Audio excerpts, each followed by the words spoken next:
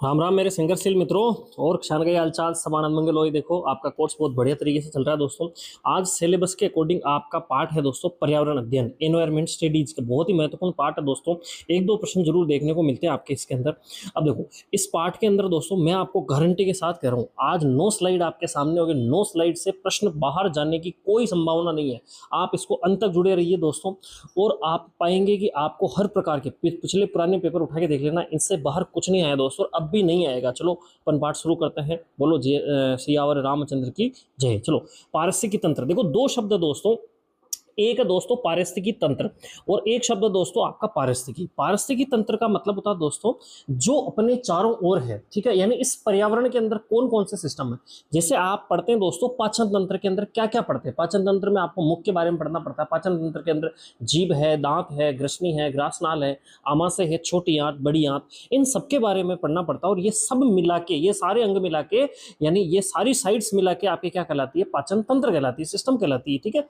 इसी प्रकार से पारिस्थितिकी तंत्र में आप क्या पढ़ते हैं दोस्तों, हवा पढ़ते हैं, जीव जानवर पढ़ते हैं, पेड़ पौधे, मनुष्य, आपको जो भी दिखाई दे रहा दोस्तों, तालाब, पानी, झील, जंगल, जो सब है ये पारिस्थितिकी तंत्र के पार्ट है दोस्तों। और पारिस्थितिकी क्या, देखो पारिस्थितिकी का आप इंग्लिश देखेंगे तो इकोलॉजी, और आपको बता रखा जहां पीछे लॉजी लग जाए मतलब उस चीज का अध्ययन है, यानी इकोलॉजी, यानी आप पारिस्थितिकी तंत्र का आप क्या कर रहे हो, अध्ययन कर रहे हो। समझ में आ गई, यानी एक प्रकार की ये साइंस की एक ब्रांच है, ठीक है दोस्तों। पढ़ते हैं पारिस्थितिकी तंत्र मूल रूप से कौन सी भाषा का शब्द है दोस्तों, ग्रीक भाषा का शब्द। ग्रीक का मतलब दोस्तों क्या होता है, जैसे अपने राजस्थान के अंदर लोकल लैंग्वेज जैसे मारवाड़ी अपन कहते हुए, मारवाड़ी है, मारवाड़ी कुछ शब्द होते हैं।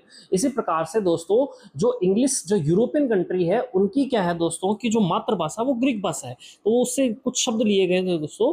ओइकोश जिसका मतलब होता है दोस्तों घर या आवास, तथा लोगस इसका मतलब होता है दोस्तों अध्ययन, इन्हीं से मिलकर बना हुआ दोस्तों इकोलॉजी। इसे कहते हैं अपन, कुल मिला के कहेंगे अपन, आपने घर और आवास का अध्ययन है ना, जहां अपन रहते हैं चारों तरफ, उसका अध्ययन आप क्या कहलाएंगे दोस्तों, इकोलॉजी। चलो आगे आगे की स्लाइड पे चलते हैं दोस्तों। देखो ये जो आज सबसे महत्वपूर्ण स्लाइड आ रही है, यहां से एक प्रश्न आने की 100% संभावना दोस्तों, ध्यान देना।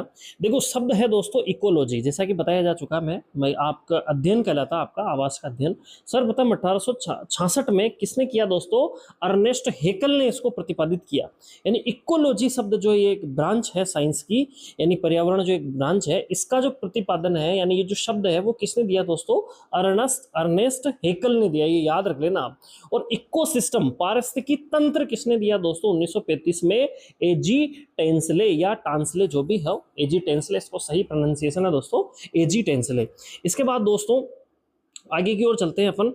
पारिस्थितिकी तंत्र के प्रकार, पारिस्थितिकी तंत्र में क्या क्या प्रकार है, देखो दोस्तों पारिस्थितिकी तंत्र दो प्रकार के। जैसे अगर आप जंगल के अंदर चले जाए दोस्तों, तो अगर मान लो वहां केवल शेर का अध्ययन कर रहे हो, शेर और उस जंगल के बीच में क्या संबंध है, अगर उसका अध्ययन कर रहे हो तो वो एक पारिस्थितिकी स्व पारिस्थितिकी कहलाता दोस्तों। यदि मान लो किसी जंगल में गए और उसके अंदर हिरण भी है, कोई मान लो पेड़ पौधा भी, देवदार का वृक्ष है, बरगद का वृक्ष है, कुछ मछलियां भी है तालाब के अंदर, और वहां पर शेर है, हिरण है, बहुत सारे जानवर है दोस्तों, उन सबका अध्ययन, उन सबका अध्ययन आपका एक साथ करके उस क्षेत्र के अकॉर्डिंग वो क्या कहलाता है दोस्तों का समुदाय पारिस्थितिकी। देखो पढ़ लेते हैं इसके अंदर, जब कोई एक प्रजाति के जीवों का, एक प्रजाति के जीवों का क्या दोस्तों, हाँ पर्यावरण के साथ अध्ययन यदि किया जाए तो वो क्या कहलाता है दोस्तों, स्व पारिस्थितिकी कहलाता है। आगे देखते हैं दोस्तों, स्व पारिस्थितिकी जब एक ही क्षेत्र में, जब एक ही क्षेत्र में रहने वाले विभिन्न प्रजाति, विभिन्न आ गई दोस्तों, यानी बहुत सारी प्रजातियों के समुदायों का सामूहिक अध्ययन यदि आप किया जाए तो वो क्या कहलाता है दोस्तों, समुदाय पारिस्थितिकी कहलाता है। अब ये प्रश्न भी कई बार पूछा गया दोस्तों कि आधुनिक पारिस्थितिकी का जनक, आधुनिक पारिस्थितिकी का जनक कौन है दोस्तों, ओडम, ईपी ओडम। ईपी जो ओडम है दोस्तों ये आपके आधुनिक पारिस्थितिकी का जनक है। और दोस्तों इसके बाद जो आपका जो वैज्ञानिक आ रहा है वो दोस्तों भारत से संबंधित है। और इन दिनों में जितने प्रश्न अगर पूछे जा रहे हैं कि इसका जनक कौन है पारिस्थितिकी संबंधित, तो वो ये प्रश्न जरूर पूछा जा रहा है दोस्तों कि भारतीय पारिस्थितिकी के जनक कौन है, भारतीय, उसका क्या नाम है दोस्तों, रामदेव मिश्रा। अगर आप इस प्रकार से समझ सकते हो कि इस अपने चारों ओर की पारिस्थितिकी को कौन चला रहे हैं, वे प्रभु श्री राम चला रहे हैं, ठीक है। तो आप उससे भगवान राम से इस पारिस्थितिकी के जनक आप समझ सकते हो, भारतीय पारिस्थितिकी के रामदेव मिश्रा। और एग्जाम में देखो ये भी प्रश्न पूछा गया, तो मैंने स्लाइड में ये भी ऐड कर लिया दोस्तों कि ये कहाँ से पढ़े हुए हैं, वाराणसी हिंदू विश्वविद्यालय से ये संबंध रखते हैं। ये प्रोफेसर है ना दोस्तों, सॉरी पढ़ना बोल दिया मैंने भाई, किस विश्वविद्यालय से संबंधित है दोस्तों, चूंकि ये प्रोफेसर है तो कहाँ पढ़ाते हैं, वाराणसी हिंदू विश्वविद्यालय। अब इसके बाद पढ़ते हैं दोस्तों पारिस्थितिकी तंत्र के विस्तृत प्रकार। पारिस्थितिकी तंत्र के दोस्तों क्या है, विस्तृत प्रकार के बारे में अपन पढ़ते हैं। चलो पहला पढ़ते हैं दोस्तों स्थल पारिस्थितिकी। स्थल का मतलब क्या है दोस्तों, जहाँ मतलब पर्वत नहीं है दोस्तों, केवल समतल भूमि है, कोई समुद्र नहीं है, समतल भूमि की बात की जा रही है दोस्तों, है ना। इसके बाद में इसमें कौन कौन आएंगे दोस्तों, इसमें वन आ जाते हैं, इसमें घास के मैदान आ जाते हैं दोस्तों, मरुस्थल डेजर्ट आ जाता है, और टुंड्रा क्षेत्र भी इसके अंदर आ जाता है। समझ में आ गई, ये है वो स्थलीय पारिस्थितिकी के उदाहरण। अब जलीय पारिस्थितिकी कौन से होंगे, अब जल भी अलग अलग प्रकार का दोस्तों, कोई मीठा जल होगा, है ना, और कुछ मान लो बहता जल होगा, और कुछ समुद्रों का जैसे लवणीय जल है। देखो अलवणीय यानी मीठा जल जिसको आप कहते हो दोस्तों, जो ठहरा हुआ जल है, जैसे आप तालाब है, झील है, दलदल है ना, ये इनका क्या होता है दोस्तों, मीठा जल होता है, यहाँ नमक की मात्रा नहीं पाई जाती दोस्तों, तो ये आपका मीठा जल तंत्र हो गया। इसके बाद में बहता हुआ जल दोस्तों, है ना, बहता हुआ जल जिसके अंदर आपका नदी है, झरना है, नाला, ये आ जाता दोस्तों। आगे देखिए लवणीय जल के अंदर दोस्तों कौन आ जाता, आपका महासागर, समुद्र, एस्चुरी, ज्वार, नदमुख। देखो एस्चुरी क्या होता है, बहुत सारी जो नदियां होती है, जब नदियां होती है तो वो क्या होता है कि जैसे ये नदी है, अब ये क्या करेगी दोस्तों, इधर कभी इधर, जैसे गंगा नदी इधर चारों तरफ इस प्रकार से फैल जाती है ना दोस्तों, ये देखो इस प्रकार से लग रहा है कोई गाय का खुर है दोस्तों ना, तो फिर ये क्या करती है, लास्ट में जाती जाती जब बहती तो सारी धाराएं जहाँ पर एक जगह जुड़ जाती दोस्तों, इसे ही क्या कहते हैं दोस्तों आप, एस्चुरी, ज्वार नदमुख कहते हैं। समझ में आ गई दोस्तों, चलो आगे चलते हैं। अब बात करते हैं दोस्तों कृत्रिम या मानव निर्मित।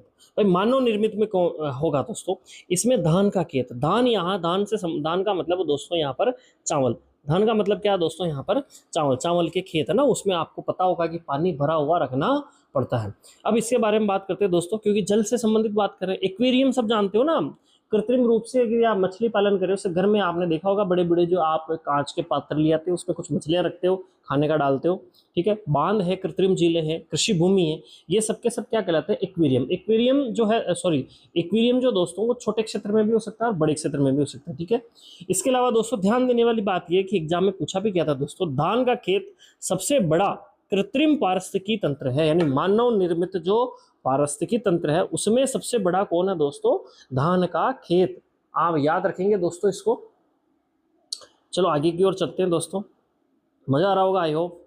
अब आगे देखिए दोस्तों, पारिस्थितिकी तंत्र के जैविक घटक। अब देखो इसके अंदर आप, मैंने बताया ना भी आपको भाई, हवा, पानी, प्रकाश, ये सब पारिस्थितिकी तंत्र के भाग है, तो इनमें जीव नहीं है दोस्तों, लेकिन अगर बात करें पेड़ पौधे हैं, जीव जानवर है, तो ये जैविक घटक हो जाएंगे, ठीक है। तो जैविक घटक, तो सजीव जगत के घटकों को उनको भोजन प्राप्ति की विधियों के आधार पर, भोजन प्राप्ति की विधियों के आधार पर आपने कितने भागों में बांटा दोस्तों, 3 भागों में इसको बांटा है। देखो पहला कौन है दोस्तों, उत्पादक। आप सब जानते हो उत्पादक कौन होते हैं दोस्तों, पेड़ पौधे। कौन होते हैं दोस्तों, पेड़ पौधे। ये भोजन अपना स्वयं बनाते हैं। अच्छा भोजन क्या करते हैं दोस्तों, ये अपना स्वयं भोजन बनाते हैं। कैसे बनाते हैं आप सबको पता है, मान लो ये एक प्रकार का आपका पौधा है दोस्तों, इस प्रकार का एक पौधा है, और पौधे की अगर मान लो एक पत्ती है, आप सब जानते हो कि पत्ती किस रंग की होती है दोस्तों, हरे रंग की पत्ती होती है। और इस हरे रंग की पत्ती किसके कारण होती है दोस्तों, ये क्लोरोफिल के कारण होती है। अब ये जो क्लोरोफिल है दोस्तों, ये क्या करेगा, सूर्य के प्रकाश को ऑब्जर्व करता है, और वायुमंडल से ये पत्तियां रंध्रों के माध्यम से क्या ग्रहण करती है दोस्तों, CO2, और जड़ों द्वारा जमीन से क्या ग्रहण कर लिया जाता है दोस्तों, जल ग्रहण कर लिया जाता है। यानी CO2 और जल ग्रहण कर लिया, और पत्तियों ने जो, जैसे आप खाना पकाते हो ना दोस्तों, तो खाना पकाने के लिए गैस पे पकता है, इसी प्रकार से गैस का काम यानी एनर्जी का काम कौन कर रहा है यहाँ पर, सूर्य का प्रकाश। और कच्चा माल कौन है दोस्तों, CO2 और H2O। फिर इसमें क्या करते हैं दोस्तों, रासायनिक ऊर्जा होती है जब इनको मिलता है, तो ये किसका निर्माण करते हैं दोस्तों, ग्लूकोज का निर्माण करते हैं। यही भोजन होता है। फिर आगे जाके आप प्रक्रिया सब जानते हो।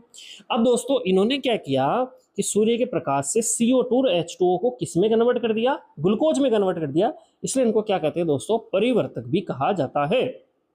इनके अंदर सब पेड़ पौधे आ जाएंगे दोस्तों। गहरे समुद्र या गहरे जलीय तंत्र में मुख्य उत्पादक कौन होते हैं दोस्तों? पादप प्लवक होते हैं। याद रखना, ये कभी बार पूछा जाता है, समुद्रों के अंदर मुख्य उत्पादक कौन होंगे? वो होंगे दोस्तों आपके पादप प्लवक। पादप प्लवक का मतलब होता है दोस्तों छोटे छोटे प्लांट्स, छोटे छोटे प्लांट्स होते हैं। समझ में आ गई? अब ये तो हो गए दोस्तों आपके उत्पादक। अब बात करते हैं उपभोक्ता कि अब इन उत्पादक से भोजन कौन प्राप्त करेगा दोस्तों?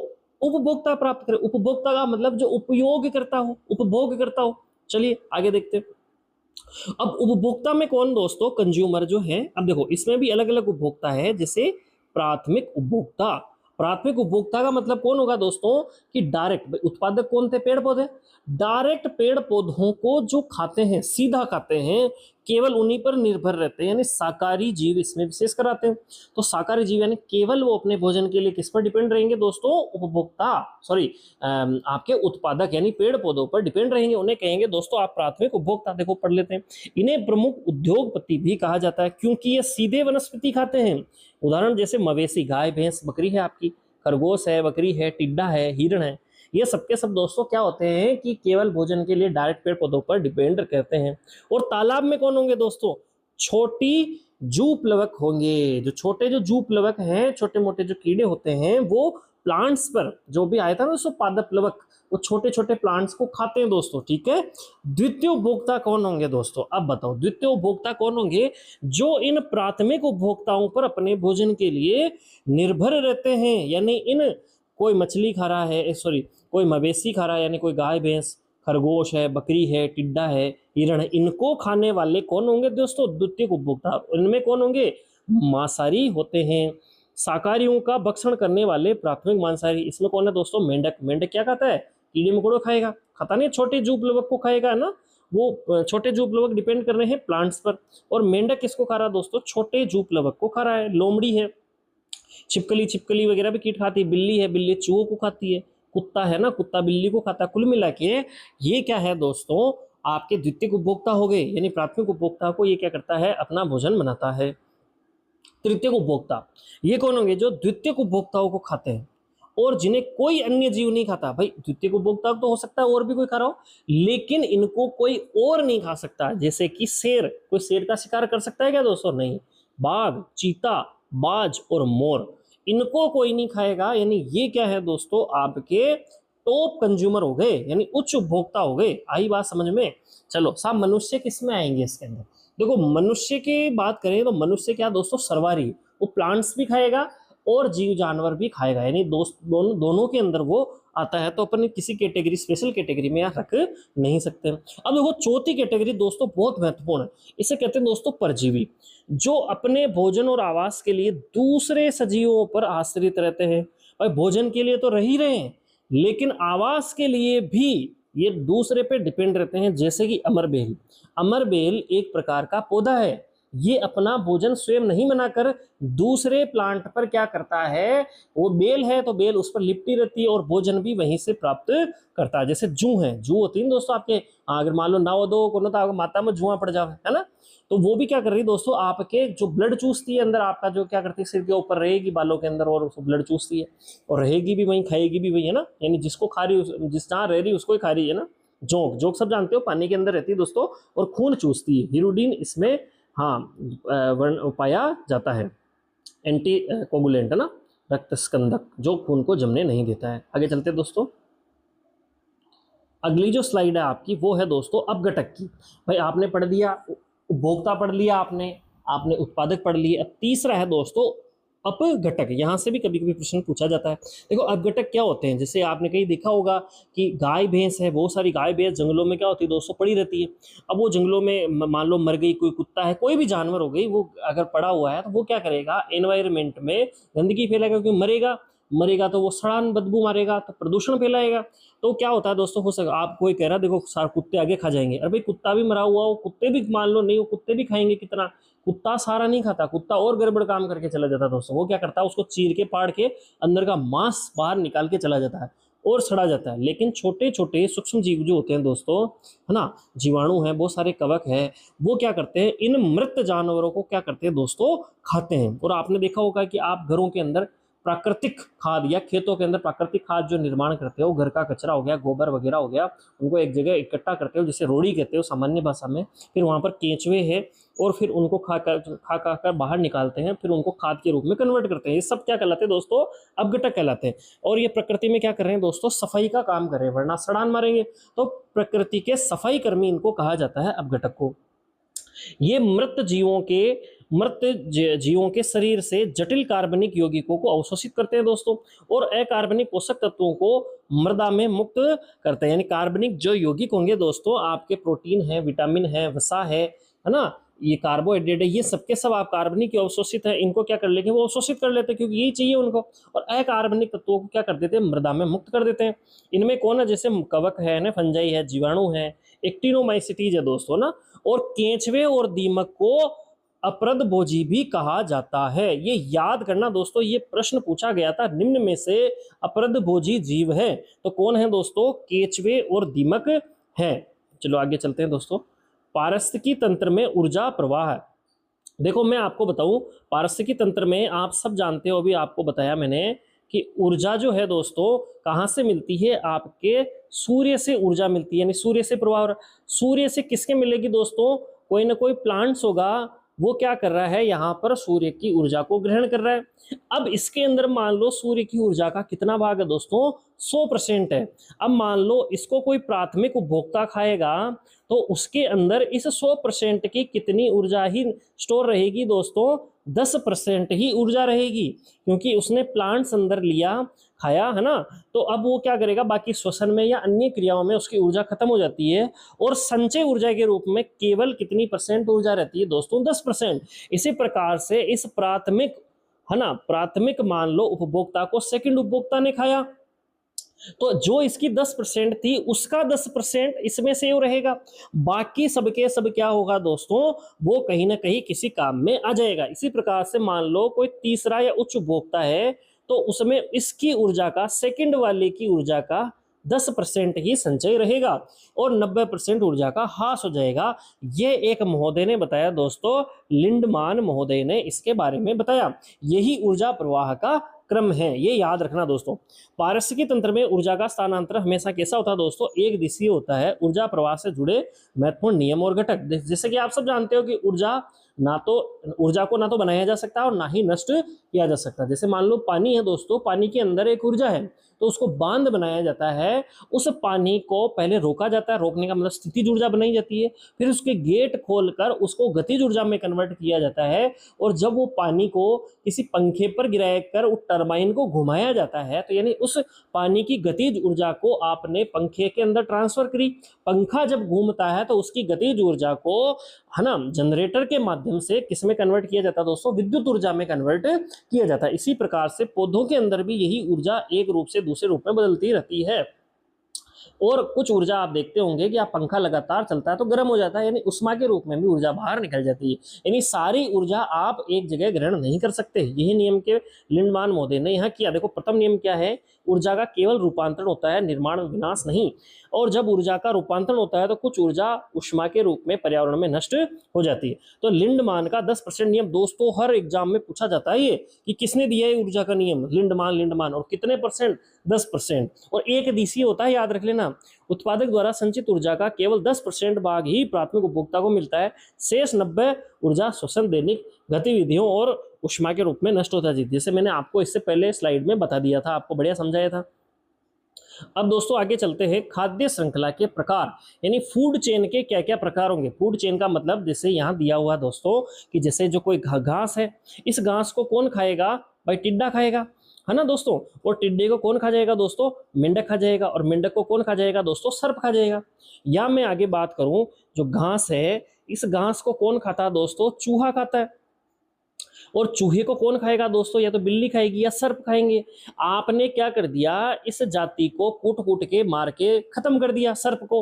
अब ये सर्प को आपने क्या खत्म कर दिया? इसकी वजह से दोस्तों मेंढक भी बहुत ज्यादा होंगे। मेंढक तो चलो इतना आपको कोई नुकसान नहीं पहुंचा रहा है, लेकिन इसीलिए आप देखते होंगे कि आजकल क्या हो गया दोस्तों, चूहे की मात्रा बहुत ज्यादा हो गई है। चलिए साहब है ना दोस्तों। चलो आगे की ओर चलते हैं। एक हमारे सर एक गुरुजी थे, वो नॉनवेज खाने के लिए इतना प्रोत्साहित करते थे। एक बार बताया कि भाई इस जो बकरी होती है वो बकरी खाते थे, तो उन्होंने क्या बताया कि जो बकरी क्या करती है, पेड़ पौधों को खाती है। इन पेड़ पौधों को कौन खा रही है दोस्तों? बकरी। और बकरी जब अगर जिंदा रही तो सारे पेड़ पौधों को खा जाएगी। तो हम इस बकरी को खा के क्या कर रहे हैं दोस्तों? पेड़ बचा रहे हैं, यानी पर्यावरण को अपन बचा रहे हैं दोस्तों। एक मजाक की बात है, लेकिन उन्होंने बताई। तो ये कुल मिला के खाद्य श्रृंखला का भाग है। बीच में से कोई भी डिस्टर्ब हुआ, पूरी खाद्य श्रृंखला डिस्टर्ब हो जाती है दोस्तों।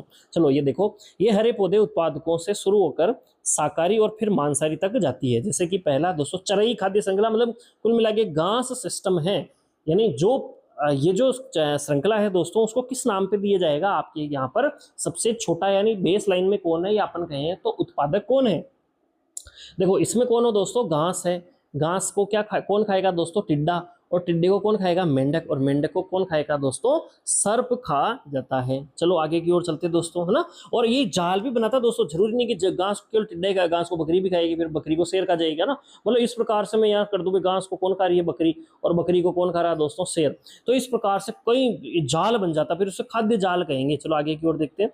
पहली तो हो गई चराई वाली, है ना। दूसरी देखते हैं दोस्तों, अप्रद खाद्य श्रृंखला। अप्रद में अप्रद जहां आ जाए, आपको याद रखना है कि मृत कार्बनिक पदार्थ, यानी सड़े गले मृत कार्बनिक पदार्थ, सड़े गले पत्तों और मृत जीवों से शुरू होती है।